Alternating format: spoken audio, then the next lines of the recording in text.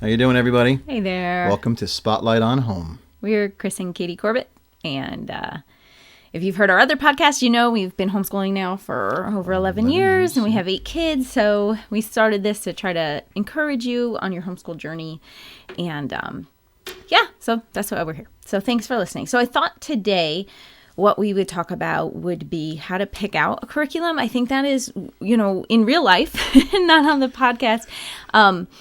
I get asked a lot by a lot of moms that are especially new to homeschooling or even considering it. They think there's some kind of magic,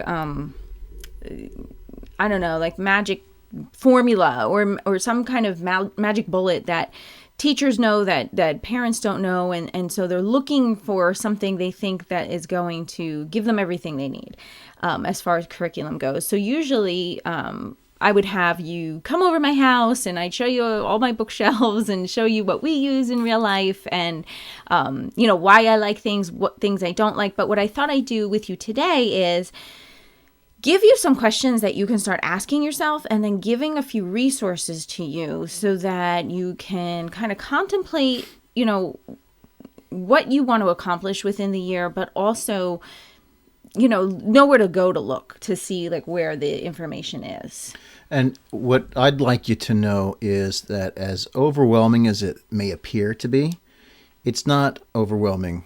There's a lot to it, but it's not complicated.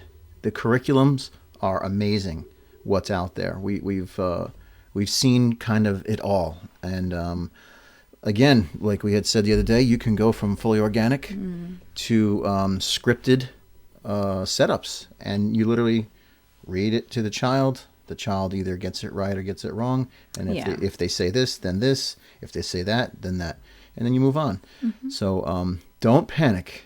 It's more overwhelming to look at it than it is to deal with it. Mm-hmm. Yeah, and I think too, I think probably the very number one reason that homeschooling is so awesome is you can try on a curriculum, and if it doesn't work for your family, you can let it go and find something that does. You're not chained to it or just have to push through with it. I think that is something that has been key. Keep searching till you find what works, because I guarantee it's out there.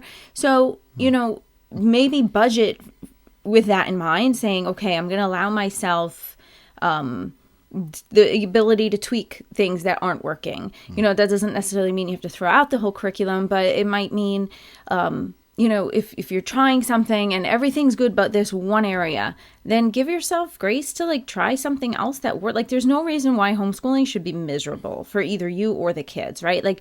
Things exist for you to try and figure out, and then you'll find your groove, but it might take a year or two. And I know for us, was we have young kids, we have older kids. Certain years, some curriculum was great for us. Certain years, it was this doesn't work for us anymore. We need to find something new. So consider too, there are plenty of groups and plenty of marketplaces that you can look up and find, used curriculum sales. You can find different homeschool opportunities that might have, I forget the name of them offhand, but you can join a group and they'll buy a group package of certain curriculum and get the group discount. So just Google that stuff if you're really concerned about budget. A lot of homeschool stuff though isn't typically hugely expensive unless you get into some of the bigger ticket full package curriculums like Bob Jones University. They call it BJU, and there's a homeschool, and the kids can either do the textbooks or they can even do watch a lesson online and then have their workbooks as well. And we have used that in the past, especially one year, about 6 years ago, I was having our 7th baby and we were moving. And I knew between those two huge life events, there was going to be huge gaps. And so we said, let's do that. Then for us, it was very expensive though. It was $1,000. It maybe a kid to do that. And also the kids didn't love it. So like we did it for that period of time because I was busy, taking care of a baby, packing boxes. It was just, I didn't want homeschooling to not happen. And that was the best solution I could come up with at the time. But it was definitely not something like that we loved. So, I mean, it's not to say, like, friends of ours, though, they've used it. Like, she started homeschooling when her daughter was starting third grade, and her daughter just graduated, and that's the only curriculum she used. Like, they loved it, and that was just what she did. So you just have to figure out what works for your family. Do not use our children's judgment as a rule. I don't sell Bob Jones. Right, yeah. I mean, unless they want me to. But to be honest, the kids just didn't like it. And right. They didn't like having to sit there's a certain long, fixed position about it. Yeah. At the same time, she'll make a beautiful meal, and they won't eat it, and they'll... I've literally watched them pick up the dog's gravel and say, So my children are not the dictator of what is the best taste for anything. Yeah, that's true. There are options today, too. You can do it completely. Even some of them, you can still wear dinosaurs a little bit. We still have DVDs. Right. And I've sort of pushed for the full online version because... Well, the kids, they're like little monsters, and they'll chew the DVDs for crying out loud. And then I kind of get upset. We got to buy a new disc and then replace it. But currently, it's cheaper to replace a single disc than it is for the monthly fee. Yeah, for certain curriculum. So, certain ones. And since we're so close to finishing a couple of the kids, it's not worth switching over at this point. Yeah. If we were starting over, with 5 kids again at a certain stage... Yeah, it might behoove us to do the full online version. And you don't have to have a DVD player like this laptop we're recording on. There's no way to put a disc. Yeah. So we always have a little external disc player. So there's some extra things. Fortunately, they're very cheap because we probably replace 2 of those a year. Yeah. And that's just all part of it. Yeah. If you want to go on the road, we have friends. Well, actually... Funny story, we started our homeschool journey on one of our first major vacations. We bought a camper and we left. We lived in New Jersey at the time. And just the timing was fortunate, unfortunate. It depends on how you look at it. We began homeschooling on a picnic table in Kentucky. Going to see the Creation Museum. Right. So, I mean, it makes a great story, if nothing else. Right. So the options are huge. So, and really it just requires your imagination and flexibility. So don't get hard on yourself like, I can't homeschool, or, this curriculum didn't work for me, so no curriculum is going to work for me, and homeschooling isn't going to work for me. Give yourself some grace and be like, okay, I'm new at this. This is a new job for me. I'm going to keep trying things and figure out what works for our special secret sauce formula of a family. And then just have faith that it will work out. And so I know really over the course of 11 years, there is so much curriculum available to you that it's more and more every day. If anything, you're going to have too many choices, right? Like not enough. So if something's not working for you, don't be afraid to be like, I'm going to shelf this and see what else is around. Or let me talk to some other moms. And actually, we'll be giving you some names like, oh, this is what we use and this is why we use it. And let's talk history. You can have that, as we go deeper into the podcast. So this is really, I want to just get you starting to think about what to do. There's a few other things too. You can get the core set of books from somebody, the teacher's edition and the master edition for the child. And all you have to do is get the workbooks, which saves a fortune. Yeah, and not only that, but, for us, some of the school curriculums, they're non-consumable. So, for example, I buy the Science 101 series. They have General Science 101, Biology 101, Physics 101, and Chemistry 101. Okay, it's a 101 series. It is it's a high school credit. So they get like for high school, like 1 credit is 1 year's worth of work. So that curriculum for like, say, General Science 101 counts as a 1 year's worth of curriculum, and it comes with a workbook. But by the time they're in high school, I'm like, you know what? Don't write in the workbook. just get a notebook, and then you can answer the questions in the notebook using complete sentences so I can check it. But that saves the notebook. So the course is on discs, and then the notebook I won't have them use. So I'll buy once, and now I'll have that curriculum since I know it works. I know it's thorough. I like it. They'll have that. I'll be able to hand that down then for all the kids. So I just bought the General Science 101 today, actually, because it just was released, right? It's in like pre-order releasing right now. And I saved $34 by doing that. And I bought the workbook. And I just told my son, don't write in the workbook, get a notebook and write in it. And now I know, there's 4 boys after him. And I bought it. It was $104, I think, and that's science now for the next 4 kids down the line. So there's some things that aren't consumable, and then there's other things that might be consumable. So just kind of pay attention to that. Like, hey, can I use this with all the kids eventually as they come up, and then figure out.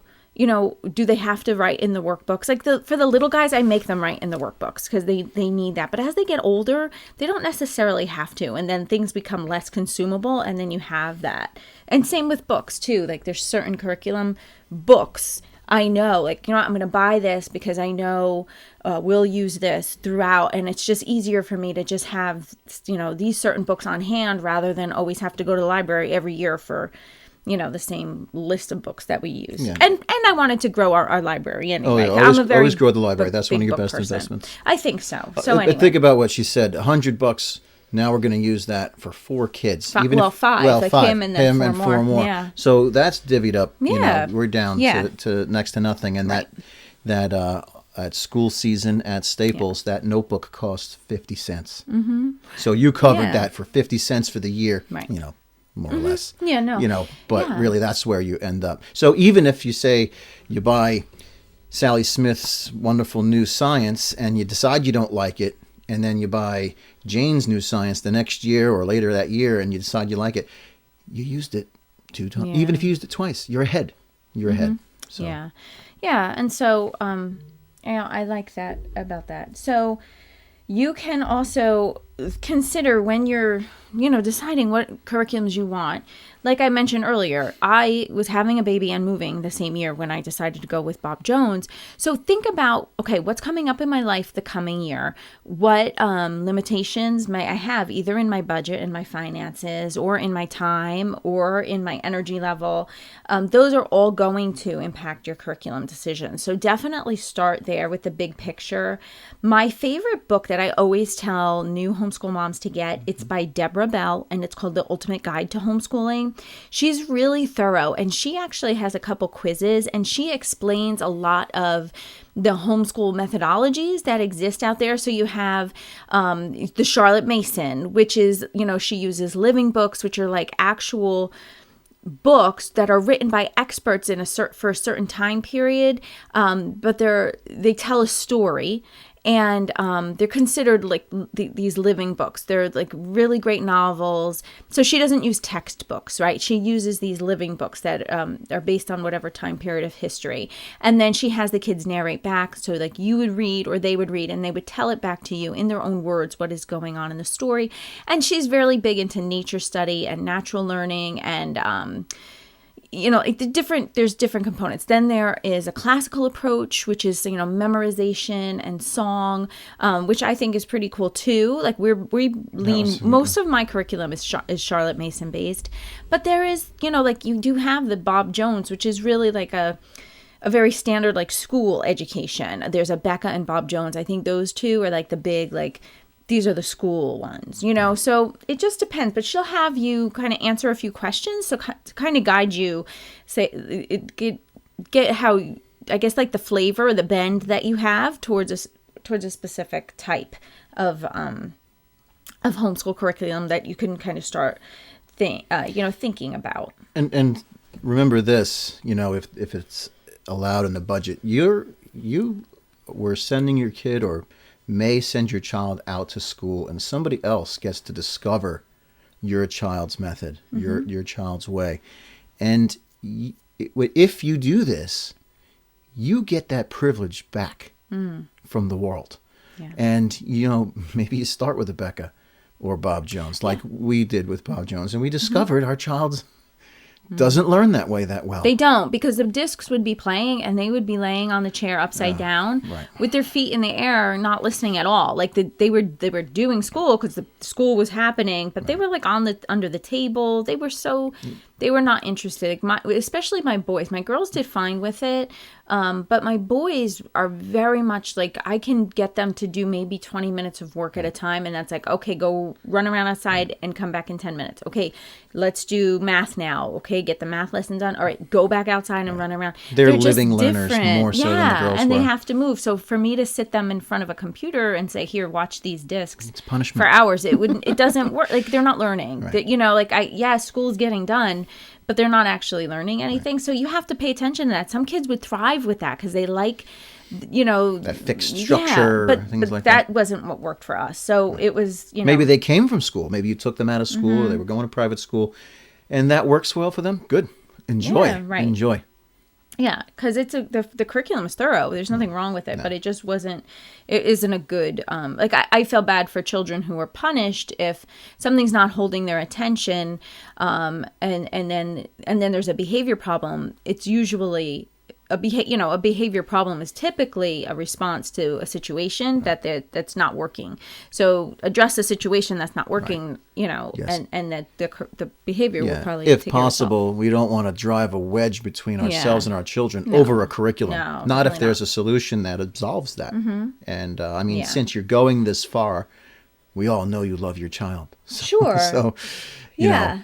It will change. If you are on a super tight budget and you're married to something, it may take more of you to sit down with. It'll cost you something different. Mm-hmm. A little bit more of your time, a little bit more of your effort, a little bit more. All right, Tommy, we're going to sit here. We're going to do this together and work with. Instead of, what you do have the luxury with an ABEC or whatever to kind of set and forget if they're very disciplined. Yeah. Like a plug in and go kind of thing. Done for you, Otherwise, and I'll have a later talk about this down the line, if you look at the big picture of your budget and you are going to send your kids to a private school in lieu of public, well, how much did that cost per year? Mm-hmm. So take that number and say, this is the number I'm good for. If it's $1,200, because we've had private schools that were $1,200 a year, the local one. Yeah, probably. And the one that we had in New Jersey was almost $4,000. Oh, when we stopped going, it was like $6,000 or $7,000. I think $8,000. It's $8,000 a year. I think that's what you're like. You could spend up to $8,000 a year. That was 12 years ago. Yeah. So maybe think about that. So if that's my budget, boy, I can buy and choose quite a few curriculum you would myself. Never spend that. So if you are married to it, you got to work. You got to work on it. If you're not married to it, guys, let her spend the money. It's for the sake of buying yourself peace at the home. I feel like, especially if you're just starting out, the cost is probably going to be, you'll probably spend more money now, greater. because there's a learning curve and you're trying to figure out what to do. But then, like for us now in our 11th year, I have most of the books that we use because, like I said, I kind of found the curriculum after a few years and found what we liked and found what works. And so I bought the books. The workbooks for 7 kids this year, aside from the college kid. Yeah, I think we did it for less than $1,000. Yeah. Oh yeah, way less than $1,000 for 7 kids to be homeschooled. Yeah, definitely. So it wasn't a huge deal this year, but this is probably our cheapest year. I already had the math curriculum. I already had the language arts curriculums. I only had to buy the workbooks because I had all the teacher editions, and I had the reading books that go along with them. What else? Science. I spent money on science this year and history this year. And so, if you are, we are obviously advocates for larger families, but if you don't have a large family, that's not what this show is about. If you got 1, 2, 3 kids and you've done it and the stuff is still good, you have choices. eBay. Sell it. These women, they know where to find a deal. You put them out there, you're gonna help somebody else, or you know this woman at the co-op or a family that could use it. Just bless somebody with it. You're done. You did it. It served you, and it's still good. Yeah. Totally bless somebody else. Friends of ours have triplets, and so and they homeschooled, and so she'd have to buy 3 workbooks for science, 3, you know, and then as they go through them, she's like, does anybody want, these Spares, 3 right, sets of this, right. but you know what I mean? But so she'd buy it for the year and then resell it after. And That it offsets serves them. next year's, Yeah, yeah. totally. So don't, and a lot of times I think in like March and April, a lot of homeschool curriculum sales happen because that's when tax refunds come out. And so they take advantage of the tax refund. A lot of parents then will buy their curriculum, and the curriculum people know that. And so Right. a lot of curriculum goes on sale then, and it goes on sale late August, early September. And right here at Spotlight on Home in the Facebook group, or whatever, if you got something to give or a question, or if you want to re-ask, what were you saying when you said about this, that, just ask us there, and we'll someone there will help you, or we'll help you, or whatever. Yeah, or you can just, Katie at Spotlight on Home, or Chris Yep. at Spotlight on Home. Or, in the show notes, we can put down how you can reach out to us and ask us a question. Right. So, so here's some more things that you want to consider when picking a curriculum as we wrap this up. So do you love books? Like, are you a book person? If so, I would say probably Charlotte Mason would be right up your alley. Ambleside Online is a free curriculum resource, and they use all books as well. You're in good company if you love books. And there's thrift books. I know there's a thrift books in New Jersey, and I'm sure they're around all the place where you can buy. There was even a place, I forget what it was called, and I actually don't even know if it still exists, but you could buy used homeschool curriculum in specific curriculum bundles. So if I know I'm using a specific curriculum and they have a book list, I could go to this specific website and look up that book list and then order those exact books. I can't think of the name of them, and I don't even know. If we think of it, we'll get it to you. I'll put it in the notes if it's still available, because I actually don't know anymore. But think about that. Now, if you are somebody who maybe likes experiential learning, like maybe you find books like you can't sit that long, or maybe you have kids that can't sit that long. So think of experiential learning. Maybe you can do hands-on, maybe a more hands-on curriculum approach is more applicable for you. I would call it more organic. Yeah, style. like Konos, and we used that year, like when we first started. I don't know think we if they're used it to its full effect. No, because it was very crafty. Like, it's very crafty, very experiential, very hands-on. I'm I not remember very crafty, in the and video, I had like tons of babies. I remember in the video, the lady was so cool. These kids are outside playing pirate. They built a boat. They made their swords. They made the armor, the whole thing, and every single aspect of it was learning. It was. And we said, that is cool stuff. Yeah, I like that. But it's labor intensive. Right. So if you're that way already, man, if you're really look into hands-on, Konos. don't mind a mess. So like one of the lessons in there was we were learning about Jamestown. So we read a little story about Jamestown, and then the activity was like to build a Jamestown fort with Legos or building blocks, and then you put the why, and then you can ask them like, okay, how come it has only 3 corners instead of 4? Like, why would they do that? Like, what do you think their reason for doing that was? And so there's so many learning lessons to be learned, but at the same time, they're actually being able to build and move around. So if your kids are more active, that's something you want to consider then when picking curriculum, because you're not, if they are active, a curriculum where they have to just sit down in front of a computer screen is going to drive them crazy. And by virtue then it's going to drive you crazy, and you don't want that. So you got to consider their personality. And if you think about that lesson, there's a who, a what, a where, a why, a how involved in every single lesson like that. Why is there X amount of corners? Who were there? When were they there? Why were they there? And all that. It's pretty neat. When you start looking at life a little bit different, we're so fixed. We're trained to look at things so linearly, and it's not. Every single thing can be learning, and that's, I think, a lot of people miss, and that's a tremendous opportunity. And we can harness that as people who care. Right. And so, again, consider the potential challenges that could possibly come up. A move, a new baby, maybe you have to work, or maybe you're having construction done on your house. Like, all those things are going to impact how you homeschool. And also consider, too, like, are you planning on joining a co-op?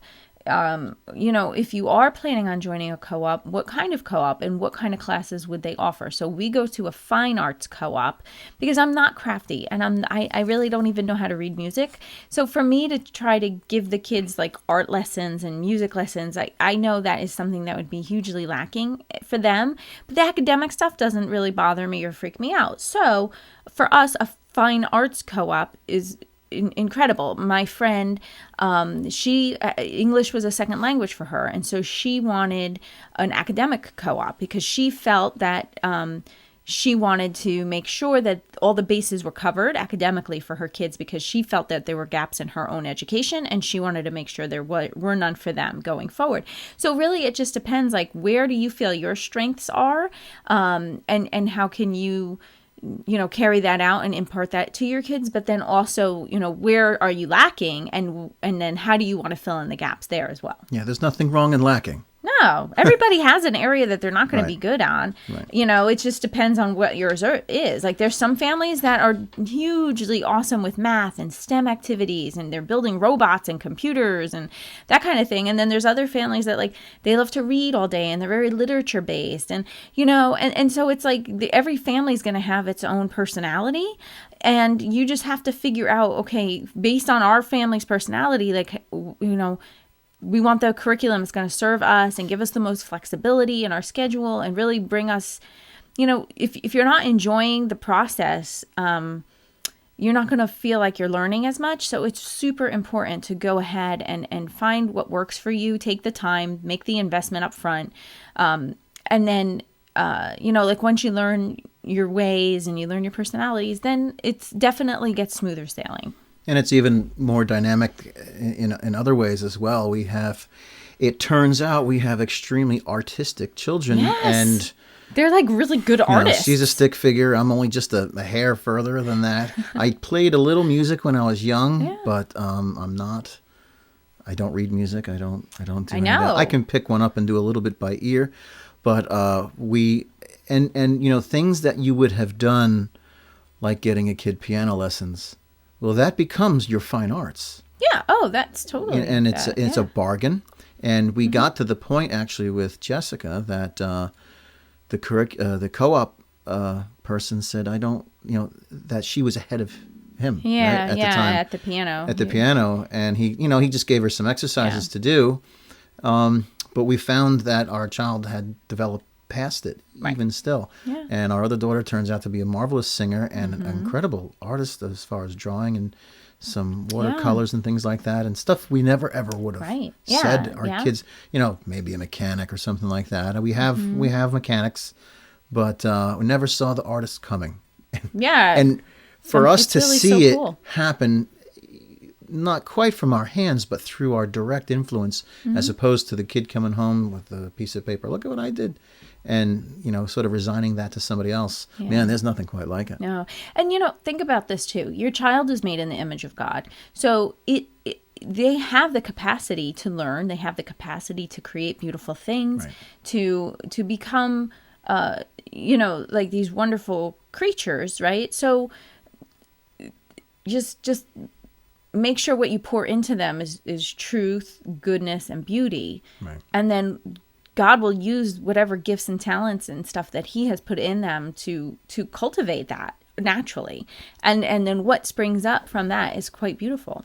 So it's really like you have the privilege of being the gardener in your child's life, and just letting, putting in there like the fertile soil of exposure to this truth, beauty, and goodness, and then letting seeing what God put in them and letting that come up, and it's really a privilege. Right. So don't freak out and try to, it's okay. Like, definitely you could do some exploring, but I would say start with getting that Ultimate Guide to Homeschooling by Deborah Bell, and take the quizzes that she has in there, and she has links to stuff, and you could kind of find your style and your philosophy, and then you can start like picking curriculum out.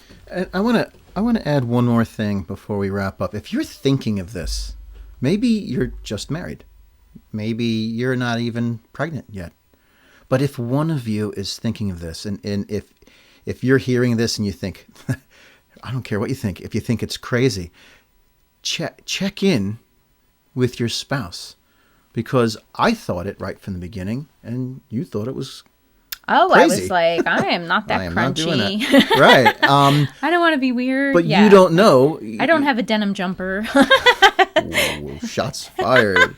But you don't know what 2 years brings down the line, because if you're not even pregnant now, 2 years from now, you've only got a 1-year-old. And then 2 more years, they're 4. Now we're starting to think about decision time. 4 years to think about it is good. The sooner you start the thought process, the better. And you may even say, yeah, sounds great. And then say, no, that's ridiculous. And then something will happen. Back and forth. You'll go back and forth. I think it took me a year to commit. A few years into it, we were still going back and forth. Yeah. To be honest. Yeah. And I do kind of check in with the kids too. Like, are you enjoying this? Like, what are your thoughts? And we basically are committed to homeschooling at this point anyway. But I always do like to have their input, like what worked for you, what didn't work for you, what do you want to do differently? And they all love being home. They all love homeschooling. They all love the process. They are thankful for it.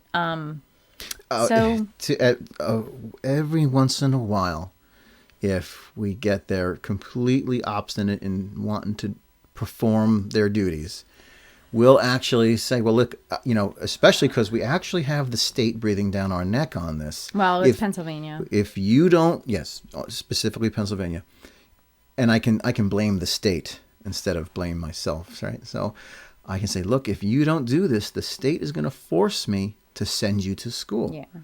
I'm not going to let the problem we have at home drive a wedge, like I said before, between us. So they'll take care of you. And you're like, no, Dad, no, right? No, Mom. And that happened, what, twice? Yeah. Over the course of quite a few years. Mm-hmm. And we told them, if that's what you want, go. No. No. Okay, now there's the book. Let's go. I'll help you. Yeah. All right. So we'll wrap it up. Head over to spotlightonhome.com and you can grab the printable that we have made for you with all these, like 10 tips to start homeschooling. You can print that out and you can get going with what the list says to help you get started. Currently, we're just getting started. There's going to be a ton more information as the next few weeks and months go by. Mm-hmm. Yeah. Thanks. Bye-bye. I'm so happy to see you. Bye.